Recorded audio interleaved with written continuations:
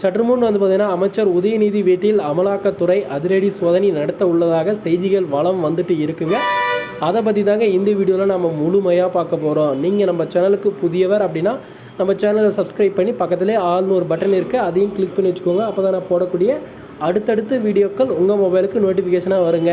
அமைச்சர் செந்தில் பாலாஜி வந்து பார்த்திங்கன்னா அமலாக்கத்துறையால் கைது செய்யப்பட்டு இப்போ வந்து பார்த்திங்கன்னா அமலாக்கத்துறை நீதிமன்ற காவலில் இருக்காருங்க.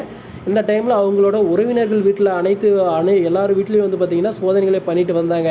இந்த சோதனைகள் பண்ணும்போது வந்து பார்த்திங்கன்னா உதயநிதி தொடர்புடைய மிக முக்கியமான தகவல்கள் அனைத்து கிடைக்கப்பட்டதாக ஒரு செய்திகள் வந்திருக்குங்க. இதில் வந்து பார்த்திங்கன்னா அமைச்சர் செந்தில் பாலாஜிக்கும் உதயநிதிக்கும் வந்து பார்த்திங்கன்னா நிறைய பணம் பரிமாற்றம் வந்திருக்குங்க. இந்த தகவல்கள் அனைத்தையும் வந்து பார்த்திங்கன்னா எடுத்திருக்கிறதாகவும் செய்திகள் வந்திருக்குங்க. இதை எல்லாமே வந்து பார்த்திங்கன்னா அமலாக்கத்துறையினர் கூடிய விரைவில் வந்து பார்த்திங்கன்னா விசாரணைகள் நடத்த உள்ளதாகவும் செய்திகள் கொடுத்துருக்காங்க. அப்படி நடத்தினால் வந்து பார்த்திங்கன்னா திமுகவின் பெரும் புள்ளிகள் நிறைய பேர் வந்து பார்த்திங்கன்னா மாட்டக்கூடிய விதத்தில் இருப்பதாகவும் செய்திகள் வெளியிட்டிருக்காங்க. இப்படி வெளியிட்டிருக்க டைமில் வந்து பார்த்திங்கன்னா நம்ம உதயநிதி ஸ்டாலின் என்ன பண்ணார், ஏன் இவ்வளோ அவர் மேலே குற்றச்சாட்டுகள் அப்படின்னா கிட்டத்தட்ட வந்து பார்த்திங்கன்னா இந்த ஆண்டில் வந்து பார்த்திங்கன்னா ரெட் ஜெயண்ட் மூவிஸ் மூலமாக வந்து பார்த்திங்கன்னா நிறைய படங்கள் வந்து தயாரிக்கப்பட்டு வந்திருக்குங்க. அந்த படங்கள் தயாரிப்பதற்கான தொகையெல்லாம் எங்கேருந்து எடுத்திருக்காங்க, எங்கேருந்து பணம் வந்தப்பட்டது அப்படின்லாம் தீவிர சோதனை ஈடுபடுவதாகவும் ஒரு செய்திகள் வந்திருக்குங்க.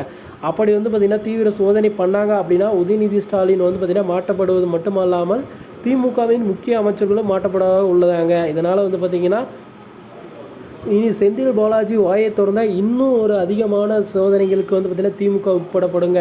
ஏன்னா நிறைய ஊழல்கள் நிரூபிக்கப்பட்டால் கிட்டத்தட்ட வந்து பார்த்திங்கன்னா போன ஆட்சி காலத்திலே வந்து பார்த்திங்கன்னா 2 முறை வந்து பார்த்திங்கன்னா திமுக வந்து பார்த்திங்கன்னா அமைச்சரையிலிருந்து நீக்கப்பட்டிருக்குங்க. ஏன்னா ஊழல் குற்றச்சாட்டுகளுக்கு வந்து பார்த்திங்கன்னா நிறைய பிரச்சனைகளை வந்து பார்த்திங்கன்னா திமுக சந்திட்டு வருதுங்க. அது போலவே வந்து பார்த்திங்கன்னா உதயநிதியும் மாட்டப்படுவார் அப்படின்ற மாதிரி செய்திகள் வெளிவந்திருக்குங்க.